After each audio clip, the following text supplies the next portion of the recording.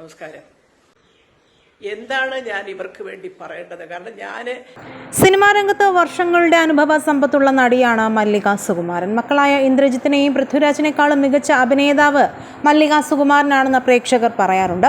അനായാസം കോമഡി ചെയ്യാനുള്ള കഴിവ് മല്ലിക സുകുമാരനുണ്ട്. ഇപ്പോഴിതാ സിനിമാ രംഗത്തെ ചില കാര്യങ്ങൾ തന്റെ അഭിപ്രായം പങ്കുവയ്ക്കുകയാണ് മല്ലിക സുകുമാരൻ. പഴയ കാലത്ത് അഭിനേതാക്കൾക്ക് സെറ്റിൽ അച്ചടക്കം ഉണ്ടായിരുന്നെന്ന് മല്ലിക സുകുമാരൻ പറയുന്നു. കാലത്തെ വന്ന് ടിക്ടോക്കും മറ്റും ചെയ്ത് ക്യാമറയുടെ മുന്നിൽ വന്ന് എന്താണ് ചേട്ടാ ഞാൻ പറയേണ്ടതെന്ന് ചോദിക്കും. അതൊക്കെ തന്നെ പോലുള്ളവർക്ക് ഉൾക്കൊള്ളാൻ ബുദ്ധിമുട്ടാണ്. സിനിമാ രംഗത്ത് പലപ്പോഴും ആത്മാർത്ഥത കുറവ് കാണിക്കുന്നത് പെൺകുട്ടികളാണെന്നും മല്ലിക സുകുമാരൻ പറയുന്നു. പെൺകുട്ടികൾ ഇതൊരു ഗ്ലാമർ ഫീൽഡായിട്ടാണ് കരുതുന്നത്.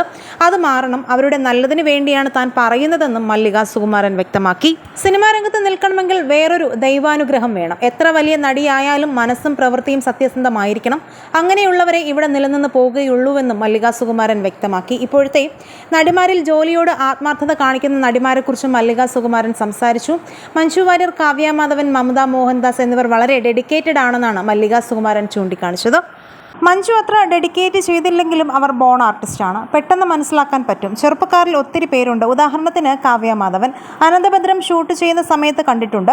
കാവ്യ ചോദിച്ച് മനസ്സിലാക്കും. അന്നൊക്കെ കാവ്യയുടെ ചോദ്യങ്ങൾ ഞങ്ങൾ കൗതുകത്തോടെ നോക്കും. കൊച്ചുകുട്ടികൾ ചോദിക്കുന്നത് പോലെ ചോദിച്ച് മനസ്സിലാക്കും. പിന്നെ മമതയും അങ്ങനെ കുറേ പേരുണ്ട്. മലയാള ഭാഷയോട് അത്ര അടുക്കാത്തവരായിരിക്കും അതിൻ്റെ സീരിയസ്നെസ് അത്രയും മനസ്സിലാക്കാത്തത്.